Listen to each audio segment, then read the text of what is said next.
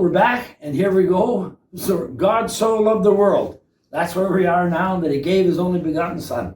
And so we're going to go through about 4 or 5 scriptures here and talk that through. Right. So this is the most, probably the most popular verse you've ever heard. If you've never heard a verse, you probably heard this verse. So John 3:16, they have it on the signs at the football games, right? And it says, God loved the world so much that he gave his only son, that everyone, say everyone with me, everyone who has faith in him may not die, but have eternal life. It was not to judge the world that God sent his son into the world, but that through him the world might be saved. I think that is so powerful. I wish every time I see John 3:16, it should have a dash and 17, because 17 to me is a super important character of God.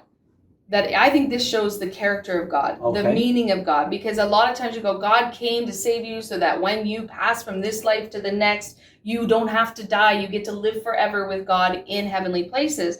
And then it says that Jesus came not to judge the world or convict, but for that through him, they would be saved. And a lot of times I think that Christians look very judgmental, especially in media. If you ever watch any type of media, it looks like they're there to you're evil people and you're going to hell and and here he's saying, I actually didn't come to judge you in this way. I actually came to save you. And if we as believers can start to really give Jesus to the place of, I'm trying to save you up and out of the life that you feel right now, the life that you're living right now. I want to save you for something else. I want to save you for my purpose. And that's the character of God in me anyway. That's what I see. Right. Yeah, the condemnation is the worst part, because lots of people look at the Bible and they think, well, it's a rule book. You got to do this, don't do that, and really it's not why Jesus came. He came to free us from that mentality and to give us a reason and a purpose for life that's above and beyond rules and regulations, right? It's relationships, It's like kind of like this, when I was younger, we used to say, are you going to heaven? Oh no, I ain't going to heaven. I'm going right to hell, right? Because that's the way we viewed ourselves, and that's what it means to be like when you think about yourself in heaven without Jesus, you always think, nah, I'll go to hell with my friends, and all that. We'll have a party in hell. And that's the way we view ourselves. But as soon as Jesus comes into your life, you begin to view yourself way differently. You begin to go, oh, man, there's a God and he loves me, and Jesus came, and man, I get to go to heaven. Are you kidding me? This is like when that first happened to me, I couldn't believe it's like pinch yourself, wake up, you're dreaming, right? I get to go to heaven. And so God so loved the world, and in the here's my religious stuff again. The Greek word is agape, and it has this is the meaning of agape, just kind of cut and dried and like bad toast. Right? Okay. Not being willing to go on without. That would be I'm not. So God said, God was not willing to go on without you. He sent his son. And that's what the word agape means. God was not willing to go on without us. Wow. He said, I'm not willing to go on without the eternal men and women that I have on the earth. Son, you have to go to earth and get them back. You have to get them out of that darkness. You have to get them from that condemnation. You have to get them from feeling bad about themselves and get them to let go of their sin and come to me. Right? He says, I'm not willing to go on without him. And Jesus said, okay, Dad, I'm going. Yeah. Right? And Jesus came willingly. It was they his agreed will. Together, they agreed. Yeah. They he all says, they agreed together. And it's beautiful. And sons, you should obey your dads. That's the other practical side. That's the other practical side. Yeah. Children So obey your Jesus fathers. had to obey his mom.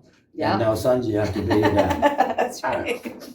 It's a win-win, really. It's a win. Obey your mom. But I think that's so beautiful, Mm-hmm. right? And we have to ask ourselves, what are we not willing to go on without, right? Mm. And that shows you where your actual love lies. Mm. Is I'm not willing to go on without my car. I'm not willing. No. I'm not willing to go on without business. I'm not willing to go on without this. I'll do anything to save this. Well, that's where your love lies. Anything you're not willing to go on without, that you love. That's a really deep. That's deep, Jared. Yeah. That's deep. See, I do have Some a people think purpose. that about I Some do have people a think that purpose. about their phones. I will not do without my phone. I can't live without my phone. I will turn around and drive an extra hour to go back and get my phone. Think about it. It's really deep. Well, and that's what verse 18 says. The man who puts his faith in him does not come under judgment. Right. Like that's pretty We powerful. let go of it. Right, I'm not willing to go on without Jesus. Right, I'm I'm not letting go of that judgment. It says, but the unbeliever has already been judged in that he has not given his allegiance to God's only Son. So it's not that God's judging; it's like you have We put judge yourself ourselves, in yeah. judgment. We Yeah, already did in it. judgment. Yeah, We're we already already in doing judgment. it for sure. Yeah, But the only breaking point there is to give your life to Christ, to Right. swear an allegiance, and say, no, I'm not willing to go on anymore without Jesus. right. And that just changes everything. Everything changes in a moment of time, right? Yeah, and it says the bad man and the evil man hate light, and they coexist. So there are choices. Well, People have choices, and they reject the light, right? they really Like they do. reject Jesus, and because they want to live how they want to live. They want to live for themselves. They want to judge what's good and evil. It's like the original sin. They just want to be their own God. yeah. Well, Right? and I want to expand on that just a little bit. There's a difference between being taken captive and being a human shield. Okay, people that are taken captive, they don't know whether it's right or wrong. They're trapped in something they can't get out of. Right. It's just always the way it's just, always been. Like It's just that. Yeah. You were raised that way, and this is way, and you're still trapped in it. I tell you can get out. Okay? Yes, you can. The other one is, you know how to do good, and you choose evil. You become a human shield for the evil. And God deals with you way different than he deals with those that are captive, right? Yeah. You become a The target. willful It's darkness. a willful decision to love darkness over light. And that's what this means here. Men willfully say, no, I'm not going to the light. I love this darkness more than that. And can still be saved, and God can still If bring they you do. out if they choose. If you change have your to mind, if you choose, choose, yeah. but I'm telling you, And that's good That's to the know, though, reason. that God It is. deals with people differently and individually. Don't you think? Like just like Nicodemus, where he got to the point because he was a teacher, he knew he was there for answers. He knew what to do. So, do you think that God, like when God calls me, he's going to call me different than he calls Jerry? Like he's going to deal with you in your own personality and where you're at in your life, I think. And that'll be for every person that's here. God's going to deal with you personally. It's not just a blanketed dealing, I don't think, right? You know? It has to be personal, right? It's always personal, The law is always the law, but grace is always personal, Right. right? It's always between two people, me and you, God and you, Jesus and you, That's Holy interesting, Spirit and yeah. you, right? The law is clinical. Yeah, It's just like covering everybody. no speeding. There's Right. just no speeding, Yeah. right? Mm. That's the law, right? But if you're on your, never mind, we're not. Yeah, that's deep. We're going. I knew where he was going. Yeah. On the way to a hospital. I stopped myself. Can you play it? Yeah, this is powerful. And it says, the honest man comes to the light. Yeah. So that it may be clearly seen that God is in all he does. And that's you today. That's you. You've come to the light. You've come to the light of Jesus. He says he's the light. And he said he wants you to have all the honest man. So anywhere where I feel like, there's a moment here where it's like maybe you've been dealing with some of your life right now where you haven't been honest, where you haven't been in the light, even though, and you've asked Jesus in your heart and you go, I'm feeling kind of convicted. Like I'm choosing dark. Maybe I'm choosing something even right now that I need to let go of, and I need to let God forgive me. And I need to start different.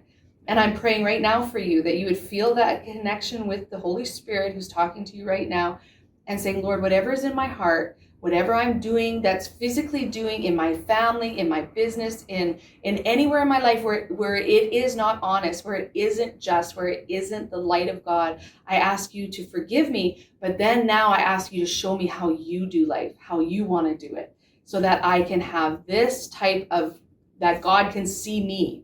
God can see, or people can see you. Just That's walk- what it says, that people can together. see God in me, and he wants to walk with you. Yeah. And this will always make your life better. Honesty makes your life better. Well, You're freer. And being honest with yourself Mm. is probably, one of the hardest things that some people struggle Yeah. with, right? Sure. Because All of us struggle with it. Yeah, I We struggle all with struggle it. with being honest. oh, do you? Oh, yeah. Because it's hard to see that sometimes, well, it is right? because Yeah. particularly if you know what's the right thing to do, but yet you do something different. When somebody asks you about the situation, you will always tell them what's right, not what you do. No, you did. Yeah, exactly. Mm. That's not right. I didn't do it, but Yeah. don't do what I do. Do Just what as I- do parenting, what I right? say. It's like, don't do what I Yeah. do what I Yeah. tell you to So do. we're all in the same group. Yeah, right? that's right. Do as I That's right. say, Be not as I do. encouraged. Yeah, that's So right. I want to encourage you now. We're going to stop. I'm going to encourage you that as you go through all of this stuff, Mhm. we're in the process of learning and changing. Yeah, And don't we allow, still are. don't allow Yeah. yourself to get condemned about anything. Mhm. Everything you talk to God about, you tell him, and you talk to him, you talk to your friends. But I tell you what, don't get down, because here's the deal. God's not willing to go on without you. Mhm. Okay? Walking with you. See ya. See you next time.